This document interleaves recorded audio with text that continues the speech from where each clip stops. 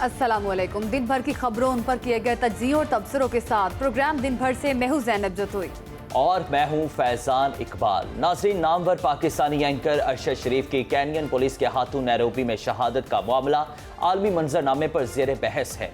America के बाद अक़वाम मुत्तहिदा ने भी केनिया की हुकूमत से पाकिस्तानी सहाफ़ी के कत्ल की शफाफ तहकीकात का मुतालिबा किया है। बिल्कुल, इन सब पर भी बात करेंगे, लेकिन अभी नजर डालते हैं आज की टॉप स्टोरीज पर।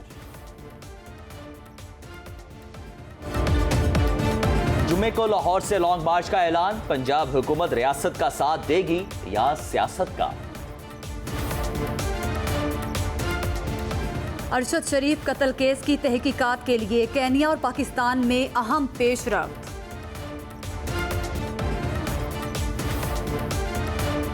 हंगामा ना शोर शराबा। बरतानिया का 3 माह में तीसरा वजीर आजम मुंतखब। ऐसी होती है जमहूरियत। फूलों के शहर पत्तों में कचरे के अंबार। कश्मीर का कदीम गोट साफ पानी से महरूम।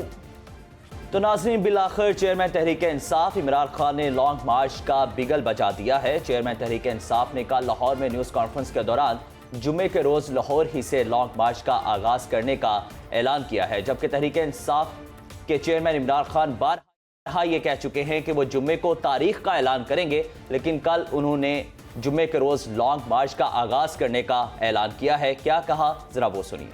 लाहौर से मैं शुरू कर रहा हूँ। लिबर्टी 11 बजे हम वहाँ जमा होंगे और उधर से फिर हमारी मार्च शुरू होगी इस्लामाबाद की तरफ। मैं अब आपको बताया कि हकीकी आज़ादी की लड़ाई लड़ने के लिए पूरी कौम को दावत दी गई है वज़ीर आज़म की जानिब, साबिक वज़ीर आज़म इमरान खान की जानिब से। और शहबाज शरीफ और राना सनाउल्लाह की धमकियाँ एक तरफ, लेकिन मुल्क की सियासी सूरत हाल कहाँ जाएगी अब ये देखना है।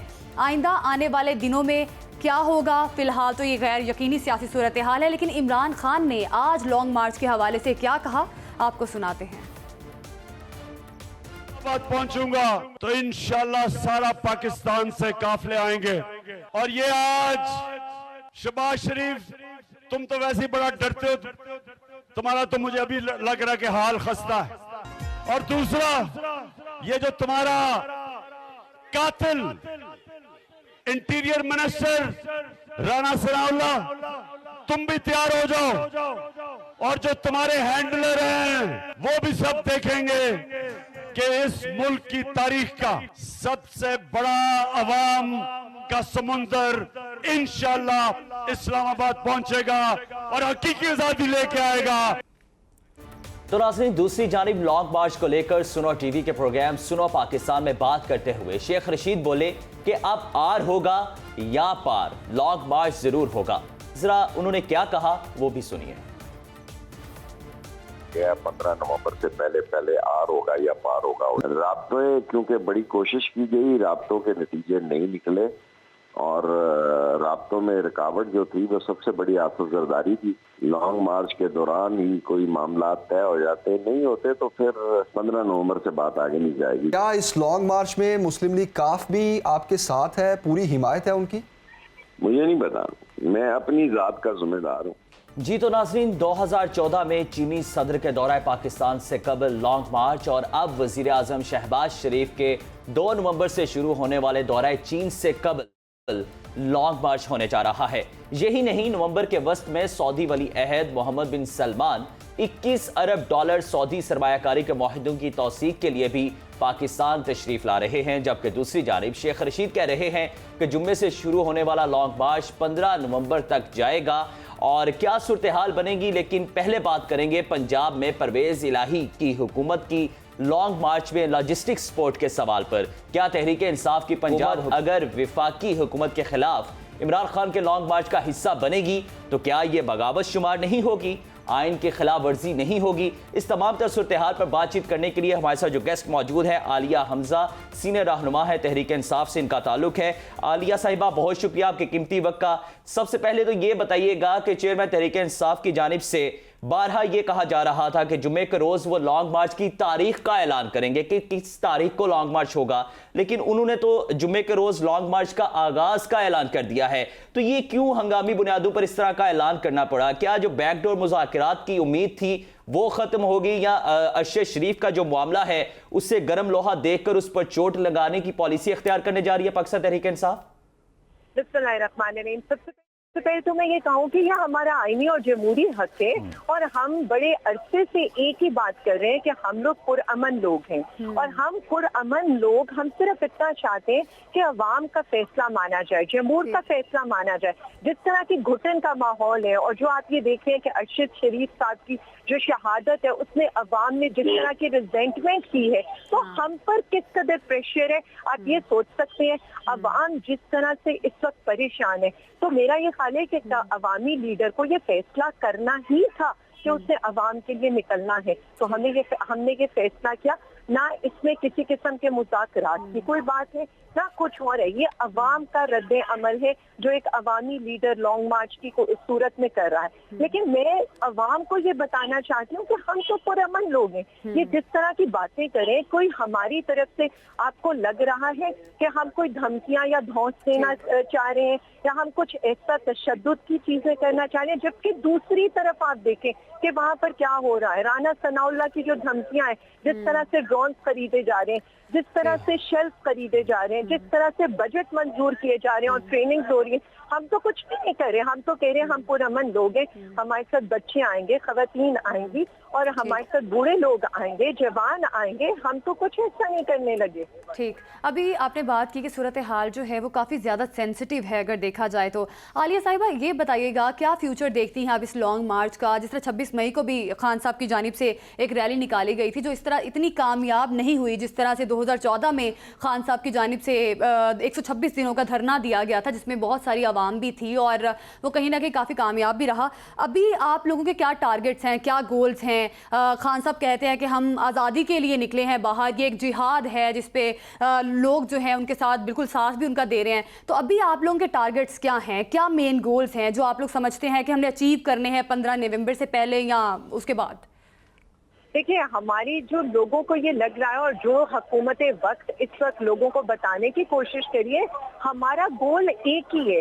हमने हमेशा बात की है अवाम की, अभी जो बात हो रही है हम ये कह रहे हैं कि निकलना है पाकिस्तान के लिए, निकलना है अवाम ने अपने मुस्तकबिल के लिए, अपने बच्चों के लिए। हम कहीं पर किसी को डीरेल नहीं करना चाहते, हम सिर्फ इतना चाहते हैं कि ये लोग जो मुसल्लत हुए हैं अमरीकी साजिश के तहत या जिस तरह से भी ये लोग आए हैं अवाम की मर्जी और मंशा के बगैर, तो इन लोगों को ये सोचना चाहिए कि पाकिस्तान में फैसला सिर्फ अवाम करेगी। और आप जो ये कह रही हैं, मेरा ये ख्याल है कि हमारा हर जलसा, अभी तक हम 55 जलसे कर चुके हैं, हमारा हर जलसा कामयाब हुआ है, हमें हर जगह पब्लिक की सपोर्ट मिली है और हर तरफ से अवाम ने यही आलिया साहिबा जरा कता कलामी की माजरत, जिस तरह से पहले कई दफा चेयरमैन तहरीक इंसाफ इमरान खान अपनी तकरीर में बारहा कह चुके हैं कि उनका सिर्फ एक ही मुतालबा है, वो है कि इलेक्शन फौरन करवाए जाएं। तो अब आप कह रही हैं कि हम तो लोगों के लिए, लोग इस वक्त परेशान हैं, लेकिन पहले आपका मुतालबा था सिर्फ इलेक्शन करवाए जाएं, अब आपका नैरेटिव चेंज आ रहा है आपके अकॉर्डिंगली। तो जरा मुझे ये बताएं कि स्ट्रेटेजी क्या है? जिस तरह आप लॉन्ग मार्च का आगाज तो करने जा रहे हैं, रूट को फॉलो करते हुए आप इस्लामाबाद पहुंच जाएंगे, उस पर कोर्ट की भी डायरेक्शन है कि आप F9 तक रहेंगे, वहां पर आप पहुंच गए, लेकिन वहां पर पहुंचने से कोई सच आपको हासिल तो कुछ होने नहीं वाला जो मौजूदा सूरत हाल है। उसके बाद का क्या आपका गोल है? आपके पास हिकमत अमली क्या है? जिस तरह इमरान खान साहब ने कई दफा कहा कि एक प्लान मेरे पास है जिसका मैं बंदोबस्त करके आऊंगा, जिसका किसी को नहीं पता, वो प्लान क्या है? किससे रिजल्ट निकलेगा? पहली तो मैं ये चीज बता दूं, ना खान साहब की किसी बात में कोई कॉन्ट्रडिक्शन है और ना PTI की किसी बात में कोई कॉन्ट्रडिक्शन है। हमारा मुतालबा फ्री एंड फेयर इलेक्शन का है जो अवाम का मुतालबा है। अवाम तंग क्यों है?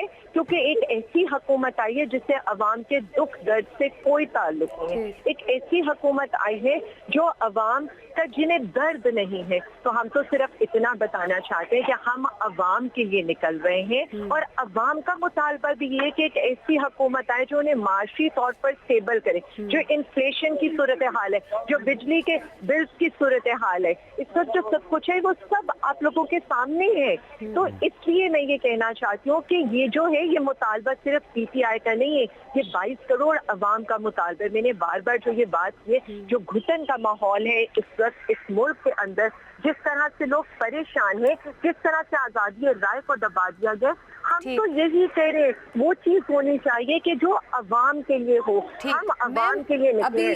अभी जो सूरत हाल है, अवाम जो है वो काफ़ी इग्नाइट हो चुकी है अरशद शरीफ के मर्डर के बाद। आपको नहीं लगता कि खान साहब को अभी लॉन्ग मार्च की तारीख नहीं देनी चाहिए थी, क्योंकि अवाम तो अभी काफ़ी ज़्यादा हाइपर है और ये चीज़ जो है आई गेस पाकिस्तान तहरीक इंसाफ के फेवर में नहीं जाएगी अगर वो इस जिस तरह से इमरान खान साहब ने जुम्मे या जुमेरात को तारीख का ऐलान करना था लॉन्ग मार्च का, लेकिन हंगामी बुनियादों पर ऐलान भी कर दिया गया कि जुम्मे से वो लॉन्ग मार्च लेकर अपने जत्थे लेकर इस्लामाबाद पहुंच जाएंगे। तो इस सिचुएशन में इमरान खान साहब को क्या किरदार अदा करना चाहिए था आपके ख्याल में?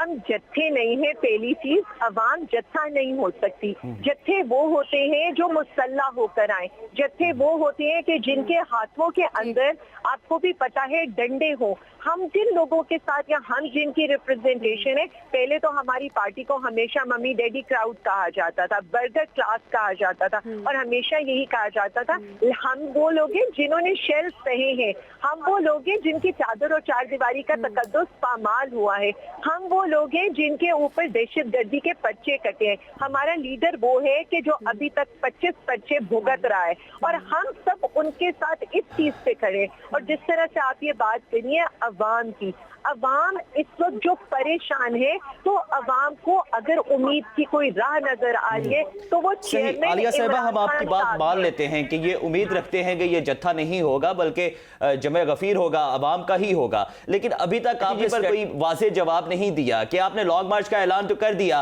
अब 3 रोज लगे, 4 रोज लगे, जगह जगह क़याम करेंगे, खान साहब तकारीर भी करेंगे, वो करते कराते आप उस डेस्टिनेशन पे पहुंच जाएंगे। F9 में तो पहुंच गए, वहां पर जाकर अगला लाएबल क्या होगा, वहां से क्या चीज ऐसी हिकमत अमली आपके सामने आएगी जिसका फर्क पड़ेगा और आपको इसके रिजल्ट्स मिलेंगे? क्योंकि F9 पार्क में अगर आके जमहूरी हक है, आप बैठे वहां पर, आप एहतजाज करें, आप जैसे मर्जी वहां पर बैठे, वो आपका हक है। हुकूमत इस मामले में आपको फैसिलिटेट करने के लिए भी तैयार है, लेकिन what's the next your move? Next move क्या है जिसके कोई रिजल्ट सामने आएंगे, वो क्या है आपके पास? मैं सिर्फ इतना कह रही हूँ कि अवाम अपनी ताकत खुद दिखाती है और हमेशा पुरअमन एहतजाज ही। देखिए, अब आप मुझे एक बात बता दें, जो अरशद शरीफ को जिस तरह से उनके लहद को जिस तरह से रिसीव किया गया है, क्या ये अवाम का एक खामोश एहतजाज नहीं था? क्या पाकिस्तान के परचम में लपेटना और फूलों की पत्तियों में रात को 1 बजे, क्या हमने माजी में ये सब कुछ देखा था? बिल्कुल इसी तरह से जो हमारा एहतजाज है वो पूरे जीटी रोड से गुजरेगा, हर इलाके से गुजरेगा। इसका मतलब मिस आलिया साहिबा कि ये चीज तो वाज़ेह होगी कि आप अरशद शरीफ साहब की शहादत के मामले को सियासी तौर पर कैश करना चाह रहे हैं, ये तो आपने वाज़ेह कर दिया। बिल्कुल नहीं, ये बिल्कुल आप दो चीजों को बिल्कुल कंपेयर नहीं कर सकते। हाँ, लेकिन इस चीज पर बिल्कुल ये होना चाहिए कि आइंदा हम किसी को इस तरह से शहीद नहीं होने देंगे, अवाम किसी के घर का चिराग दोबारा बुझने नहीं देगी। लेकिन जो आप ये बात कर रहे हैं, मैं आपको बार बार बता रही हूँ कि हर शहर से लोग निकलेंगे और आखिर में खान साहब जिस तरह से अरशद शरीफ के लिए तो तहकीकात के लिए कमीशन बना दिया गया है, उस पर तो तहकीकात होंगी। अभी आप अरशद शरीफ के लिए तो नहीं आ रहे, आप लोग तो इलेक्शन के लिए आ रहे हैं, अपने अज़ाइम के लिए आ रहे हैं ना आप लोग।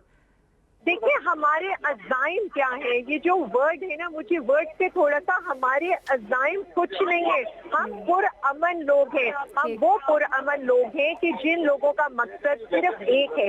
हम 9 अप्रैल को जब निकले थे तो हम सिर्फ इसलिए निकले थे कि हमने अवाम के लिए, और हम अवाम में गए थे, हमने कोई बदतमीजी, कोई किसी से हमने कुछ नहीं किया था। जितनी रिजेंटमेंट आ रही है वो इस फ्रस्ट्रेटेड और डरी हुई हुकूमत से आ रही है। दो लोगों को आप कंपेयर नहीं कर सकते। एक तरफ फाशिस्ट हुकूमत खड़ी है और एक तरफ पुरअमन इमरान खान साहब, 22 करोड़ अवाम और पाकिस्तान खड़ा है। हमारे अज़ाइम सिर्फ इतने हैं कि हम अपने अवाम के साथ खड़े हैं और हमारे अज़ाइम से बिल्कुल सही। अच्छा मिस आलिया साहिबा, एक और चीज पर भी निशानदेही कीजिएगा कि आज शाहिद खकान अब्बासी साहब ने एक चीज पर जो है वो नजर डलवाई है सबकी, कि जब भी चीन की जानिब से कोई अच्छी खबरें आती हैं या वजीर आजम साहब का चीन का दौरा जो है वो नवंबर के स्टार्ट पे शुरू हो रहा है, तो वहाँ से भी पाकिस्तान को रिलीफ मिलना है, हमारी मैशत पर उसके असरात अच्छे आने हैं, तो उनकी जानिब से ये ब्लेम किया जा रहा है कि जब भी हमारी मैशत के असरात अच्छे नजर आने लगते हैं तो पाकिस्तान तहरीक-ए-इंसाफ लॉन्ग मार्च का ऐलान कर देती है। क्या ऐसा भी कुछ है? कि मुझे सिर्फ इतना बताएं, शाहिद खाकान वही है ना जिन्होंने कहा था मैं स्टेट बैंक का बिल फाड़ दूंगा, और इन्होंने कहा था कि मैं IMF को जाकर बताऊंगा कि ये हुकूमत, इसकी कोई बैकिंग नहीं है, जिन्होंने हमसे NRO सालिया साहिबा, बिल तो बहुत सारों ने फाड़े हैं कंटेनर्स पे चढ़ के। नहीं, एक सेकंड मुझे उनकी पूरी टाइम लाइन बता ले देना, जिन्होंने फेटिव के ऊपर किस तरह से NRO 2 लेने के लिए किस तरह से NRO 2 लेने के लिए हमें 34 पॉइंट्स दिए थे। बात इतनी नहीं है, ये वो हुकूमत है जो जबरदस्ती की मुसल्लत है, ये एक मुसल्लत करदा कब्जा शुदा हुकूमत है। इस कब्जे को हमने छुड़वाना है, ये कब्जा छोड़ने को तैयार नहीं है, लेकिन हम सिर्फ इतना बता रहे हैं कि अवाम एक ही फैसला कर चुकी है, और वो फैसला ये कर चुकी है कि वो फाशिस्ट हुकूमत जो अवाम के भी खिलाफ है, जो अवाम से बोलने का हक भी लेना चाहती है, जो अवाम से सांस लेने का हक भी छीनना चाहती है, उसके खिलाफ ये निकल रहे हैं। दो लोगों को हम कंपेयर नहीं कर सकते। इमरान खान एक पुरअमन लीडर है, उसके मुकाबले में। बहुत शुक्रिया आलिया साहिबा, आप हमें आगाह कर रही थी लॉन्ग मार्च के हवाले से। लॉन्ग मार्च का मुस्तकबिल क्या होगा ये आने वाला वक्त बताएगा। जुम्मे का रोज जो है वो काफी इंपॉर्टेंट डे है। इमरान खान साहब अपने कारकुनान कि ये एक नई रिवायत भी चलने लगी है पाकिस्तान में कि जिस तरह पाकिस्तान तहरीक-ए-इंसाफ अब चाह रही है कि ये हुकूमत इक़्तिदार में ना रहे, इसलिए हम लॉन्ग मार्च कर रहे हैं। तो कल को अगर ये इक़्तिदार में आते हैं तो जो नून लीग है वो भी लॉन्ग मार्च करेगी इनसे इक़्तिदार छीनने के लिए। तो पाकिस्तान तहरीक-ए-इंसाफ को इस पर अपना जो लाएअमल है वो वाज़ेह करना चाहिए कि आपकी स्ट्रेटेजी क्या है। F9 पार्क में आपने जाना है, F9 पार्क में बैठकर तो किसी को कोई फर्क नहीं पड़ेगा, लेकिन आगे क्या मूव है आपके पास। तो ये जो नई रिवायत डालने लगे हैं, क्या इसका सामना आपको भी कर सकता है? तो नाज़रीन, ये तमाम तर सूरत हाल है, मजीद खबरें भी शामिल करेंगे, लेकिन यहाँ वक्त हुआ है ब्रेक का, हमारे साथ रहिएगा। वेलकम बैक नाज़रीन, प्रोग्राम को आगे बढ़ाते हैं और आपको बताएं कि ऋषि सुनाक बरतानिया के 57वें वजीर आजम बन गए हैं। ऋषि सुनाक पहले एशियाई हैं जो बरतानिया के वजीर आजम बने हैं। एक बार फिर कह दूं कि ऋषि सुनाक पहले एशियाई हैं। जी नाज़रीन, भारतीय नहीं, एशियाई हैं वो पहले, और बरतानिया के वजीर आजम बने हैं। मतलब ये कि ऋषि भारतीय नैयाद नहीं बल्कि एशियाई नैयाद हैं। उनके आबाउजदाद का आबाई शहर पाकिस्तान का जिला गुजरावाला रहा है। तो नाज़रीन, इस तमाम तर सूरत हाल पर बातचीत करने के लिए हमारे साथ जो गेस्ट मौजूद हैं, शाहिद अमीन साहब जो साबिक सफ़ीर भी रह चुके हैं। शाहिद अमीन साहब, बहुत शुक्रिया आपके कीमती वक्त का। बताइएगा कि बरतानिया में 3 माह में ये तीसरा वज़ीर आज़म सामने आ चुका है, और जो साबिका वज़ीर आज़म थी उन्होंने जो वजह बताई रिज़ाइन करने की वो ये थी कि उनको लगा कि मैं अच्छे तरीके से डिलीवर नहीं कर रही, सो मुझे मुस्ताफ़ी हो जाना चाहिए। जबकि यहाँ की जो सियासी सूरत हाल है वो आपके सामने है। तो क्या कहेंगे कि हमारी भी जमहूरियत है, कि हमारी जमहूरियत कब मैच्योर होकर सामने आएगी? देखिए, इसमें तो कोई शुबा नहीं कि बरतानिया की जमहूरियत जो है बड़ी मुस्तहकम है, बहुत पुरानी है, बल्कि मदर ऑफ डेमोक्रेसीज कहलाती है। और फिर वहाँ पे आप देखिए कि लोगों का जो हमेशा जो कॉन्शियसनेस है डेमोक्रेटिक राइट्स के बारे में, ये एक दूसरे के इख्तिलाफ राय का एहतराम करने के बारे में, आज़ादी राय के बारे में, उसकी तो मेरे ख्याल में आपको कम मिसालें मिलेंगी। इसके बरक्स हमारे यहाँ बहुत सारी चीज़ें जो हैं वो कमज़ोर हैं, और उसका नतीजा आपने देख लिया क्या हुआ है। लेकिन देखिए, हर केस को एक दूसरे से मुआवजा नहीं करना चाहिए। एक तो इस वक्त जो कुछ हो रहा है वो उनकी अपनी पार्टी के अंदर हो रहा है। दूसरी मुखालिफ जमात जो है उनसे इख्तियार नहीं छीन रही, बल्कि उनकी अपनी पार्टी के अंदर ये समझे कि जॉनसन, उसके बाद लिज ट्रस, और उसके बाद ये सुनक साहब तशरीफ लाए हैं, क्योंकि मेरे ख्याल में पार्टी में आपस में इख्तिलाफ राय रहा है कि कौन जो है मौजूदा इक़्तिसादी बहरान को हल करने का के लिए बेहतरीन काम कर सकता है। और यकीनन बरतानिया को इस वक्त एक शदीद इक़्तिसादी चैलेंजेस हैं। तो अब ये देखना है कि अपने ऋषि सुनक साहब इस सिलसिले में कितने कामयाब होंगे। बज़ाहिर तो उन्होंने बड़ी अच्छी बातें की हैं, लेकिन हर चीज़ जो है अमल से साबित होगी। अब ये आपने जो जिक्र किया पाकिस्तान और उनका, तो देखिए हमारे यहाँ जो तब्दीली आई थी उसका अलग बैकग्राउंड था। जॉनसन के हटने से पहले किसी गैर मुल्की हुकूमत ने कोई धमकी तो नहीं दी थी बरतानिया को कि अपना वजीर आज़म चेंज कर लें, ना ही बरतानिया के जो है मेंबर जो है अपनी वफादारियां बदलते हैं। तो इसलिए अगर हम मुआवजा ना करें तो बेहतर है, हर मुल्क के अपने मखसूस हालात हैं। सर आपने बिल्कुल ठीक बात कही है कि हमें मुआवजा नहीं करना चाहिए, उनके सर्कमस्टांसेस और हैं, हमारे सर्कमस्टांसेस बिल्कुल मुख्तलिफ है उनसे। लेकिन सर कहीं ना कहीं जिस तरह से हमारे सियासतदान हैं वो बहुत पसंद करते हैं बरतानिया को, उनकी औलादें वहाँ पे पढ़ती हैं, पढ़ाई करती हैं, तो इसको काफ़ी ज़्यादा पसंद किया जाता है बरतानवी कल्चर को। और सर कहीं ना कहीं हम उनके कल्चर को अडॉप्ट करते हैं, तो हम पाकिस्तान में उनकी जमहूरियत की जो झलक हम वहाँ पर देख कर आते हैं, जिसकी हम तारीफ़ें भी करते हैं पाकिस्तान में आकर, तो हम पाकिस्तान में क्यों नहीं इम्प्लीमेंट करते? हम एटलीस्ट अच्छी चीज़ों को इम्प्लीमेंट तो करवा सकते हैं पाकिस्तान में। बिल्कुल, आपकी बात बिल्कुल सही है, हमें ऐसा करना चाहिए। जो अपनी खामियां हैं उनको दूर करना चाहिए। इस बात में तो हम सब का एकदम का इत्तेफाक है कि जमहूरी निज़ाम जो है, जो बरतानवी निज़ाम जो है, क्योंकि उनका जो है आपको मालूम है ये पार्लियामेंट का प्राइम मिनिस्टर वाला निज़ाम है, अमेरिका में सदारती निज़ाम है। हमारी कौम ने over a period of time यही पसंद किया है कि जो बरतानवी तर्ज का जमहूरी निज़ाम जिसमें वज़ीर आज़म के पास इख्तियारात होते हैं वो हमारे लिए ज़्यादा मौजू है। लेकिन इसमें ज़रूरत इस बात की है कि एक तो जो आज़ादी राय का सिलसिला है उसको कबूल किया जाए। ये नहीं होना चाहिए कि किसी का मुंह बंद कर दिया, अखबार बंद कर दिया, चैनल बंद कर दिया, इस तरह की हरकतें नहीं होनी चाहिए। दूसरे वफादारियां बदलने का सिलसिला खत्म होना चाहिए, उससे जमहूरी निज़ाम बिल्कुल जो है खोखला हो जाता है।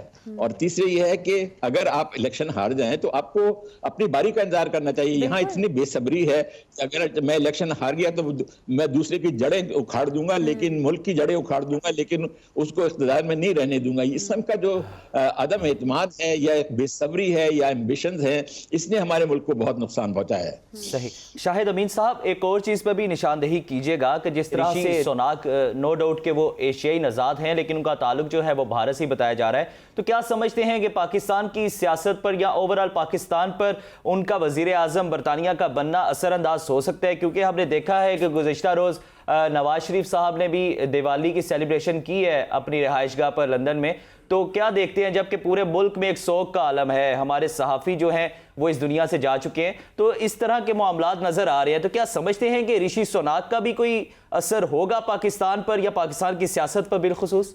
नहीं, मेरे ख्याल में तो ऐसा नहीं होना चाहिए। ये सही है कि वो हिंदू हैं और उनकी बीवी तो यकीनन भारतीय नजाद हैं और उनके पेरेंट्स आपने जिक्र किया कि ओरिजिनली गुजरांवाला से हैं, लेकिन बहरहाल यहाँ पे वो मुसलमान का सिलसिला तो है।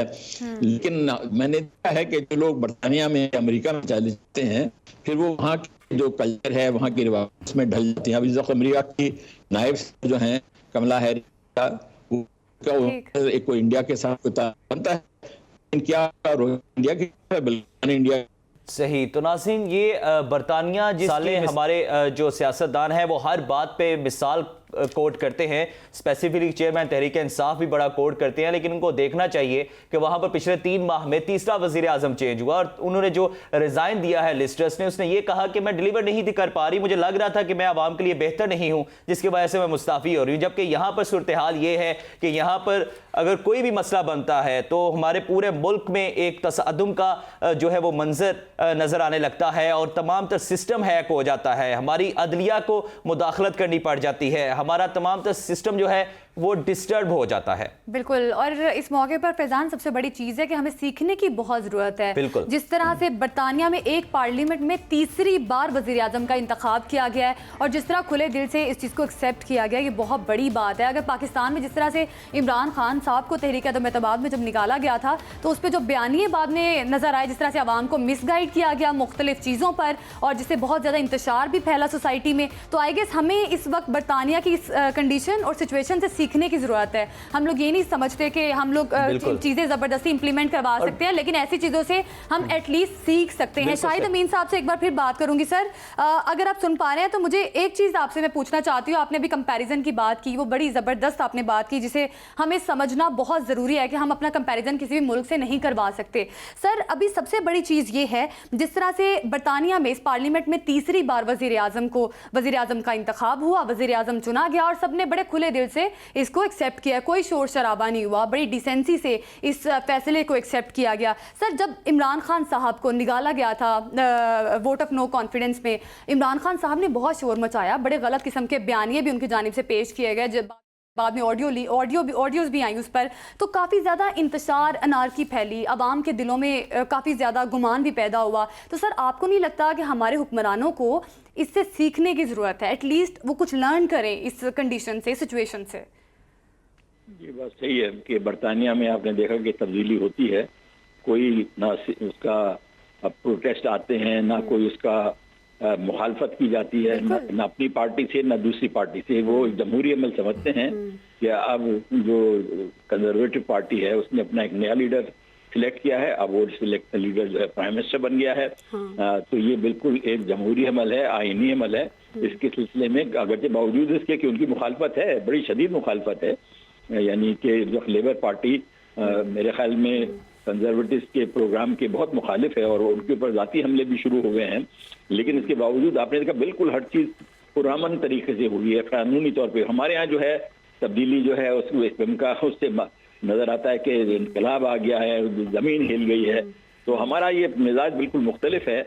लेकिन देखिए अगेन मैं कहूंगा कि जिस तरीके से उनको हटे हैं वो भी जो था उसके बारे में भी बहुत सारे सवाल उठाए जा सकते हैं कि अगर वो पार्टी लॉयल्टीज ना चेंज की जाती तो शायद वो वोट ऑफ कॉन्फिडेंस उनके खिलाफ जा ही नहीं सकता था। तो देखिए, तो इसीलिए मैं बार बार कहता हूँ कि शाहिद अमीन साहब, चूंकि आप सिफारतकारी पर बड़ी गहरी नजर रखते हैं, तो जरा ये भी बताइएगा कि जिस तरह से अभी हमारे वजीर आजम शहबाज शरीफ सऊदी अरब के दौरे पर है और बिलाशुबा वो दौरा जो है वो कामयाब ही नजर आ रहा है और सऊदी हुक्मरान की जानिब से भी ये निशानदेही की गई है कि वो पाकिस्तान में आएंगे और बहुत सारी सरमायाकारी के मुआहिदों पर दस्तखत भी करेंगे और नवंबर के शुरू में चीन का भी दौरा जो है वो शेड्यूल है और वहाँ पर भी ये मुज़ाकरात किए जाएंगे। तो इस सारी सूरत हाल में पाकिस्तान में दूसरी जानिब लॉन्ग मार्च भी शुरू हो रहा है, तो क्या समझते हैं कि जब दूसरे ममालिक हमारे साथ जो सरमायाकारी के हवाले से मुआहिदात करना चाहते हों, उस दौरान पाकिस्तान में उस मुल्क में इस तरह की कैफियत हो, तो क्या वो असरअंदाज होता है दूसरे मुल्कों के लिए फैसला करने में?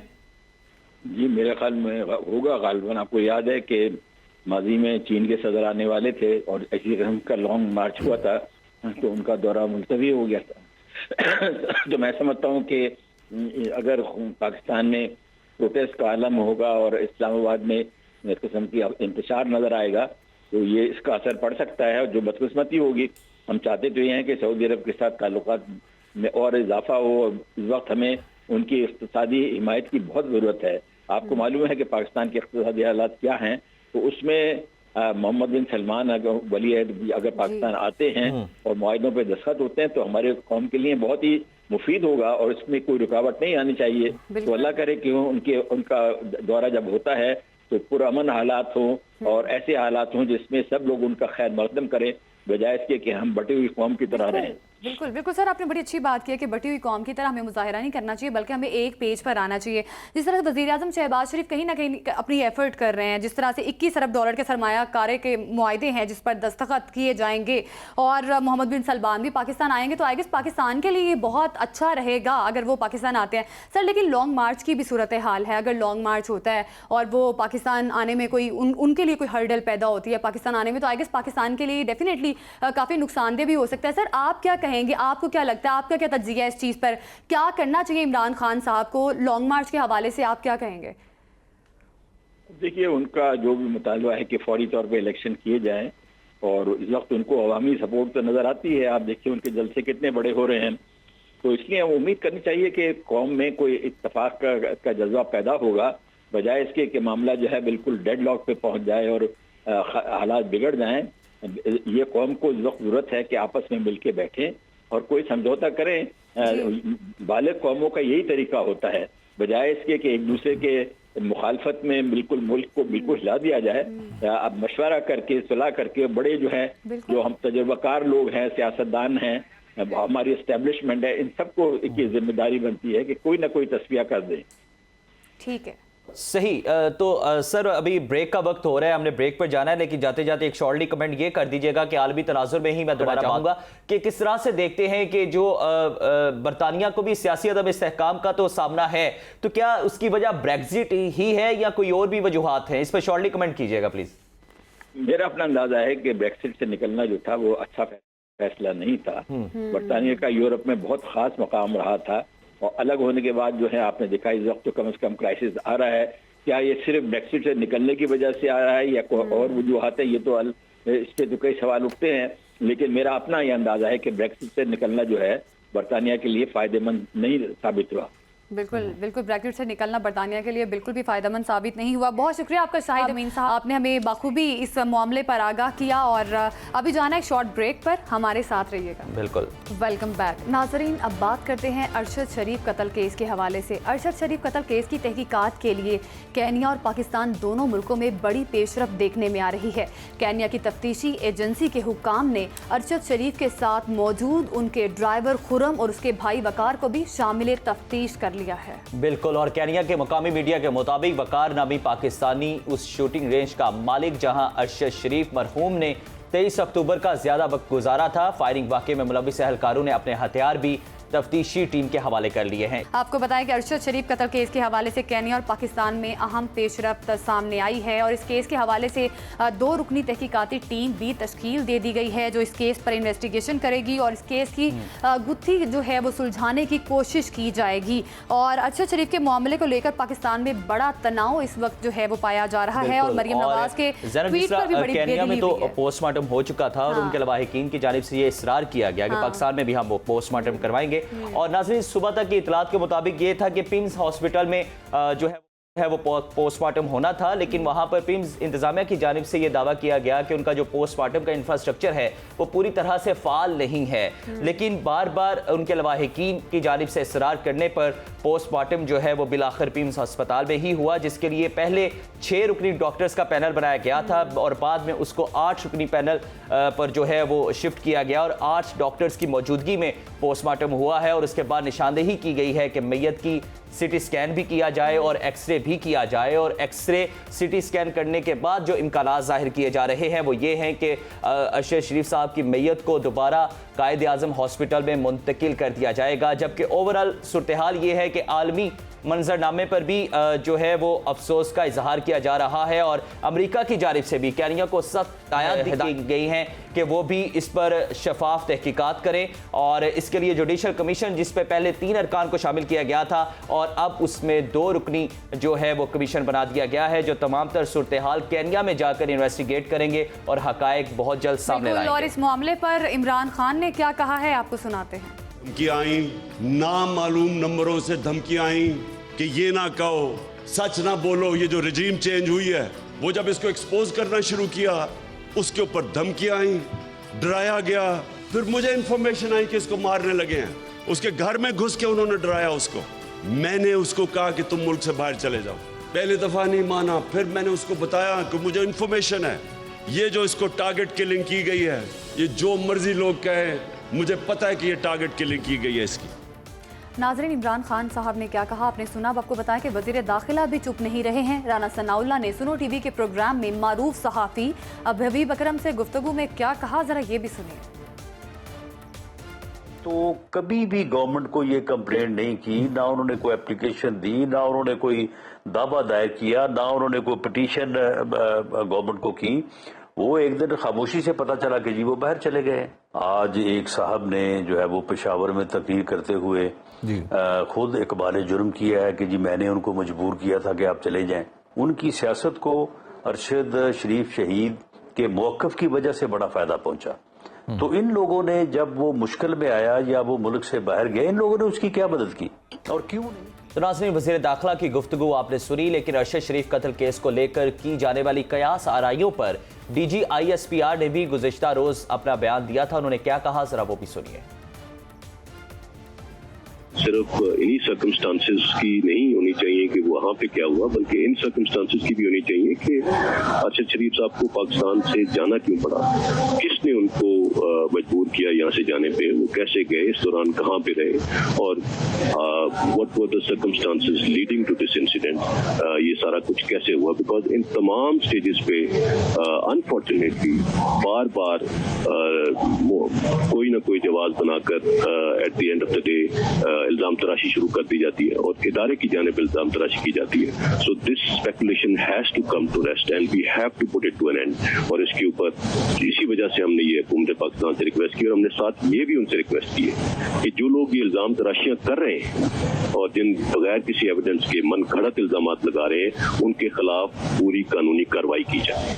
इस सारी सूरत हाल में हमें सब्र का मुजाहरा करना है और तवाज़ुन बरकरार रखना है ताकि किसी भी नतीजे पर पहुंचने से पहले हम इस चीज़ को बिल्कुल ही इस तरह से पेश ना किया जाए। अभी आगे बढ़ते हैं और अभी शामिल करते हैं कुछ छोटे शहरों के बड़े मसाइल की बात करेंगे और आपको बताएं कि अभी हम डिस्कस करेंगे शो में पत्तों की, जहाँ पर जगह जगह गलाजत के अंबार लगे हैं, फ़ज़ा आलूदा कर दी गई है और फूलों का शहर कचरा कुंडी बन चुका है। बिल्कुल, और इसी पर बात कर रहे हैं नुमाइंदा सुनो टीवी अजहर उल हक हमारे साथ मौजूद हैं। जी अजहर, बताइएगा कि क्या वजह है, जगह जगह गलाजत के ढेर क्यों नजर आ रहे हैं, इंतजामिया की जानिब से क्यों नहीं इसका सफाया किया जा रहा? का शहर खिलाने वाला पत्तों की शहर जो इंतजामिया की गफलत और लापरवाही की वजह से कचरा कुंडी में तब्दील हो चुका है। शहर में लगे बड़े बड़े कूड़ा करकट के ढेर इंतजामिया की कारकर्दगी पर सवालिया निशान है। मैं आपको बताता चलूँ, पत्तों शहर के अक्सर मकामात जिनमें चर्च रोड, दरबार stop, Multan road, Chunian road पर गंदगी के बड़े बड़े ढेर नज़र आते हैं।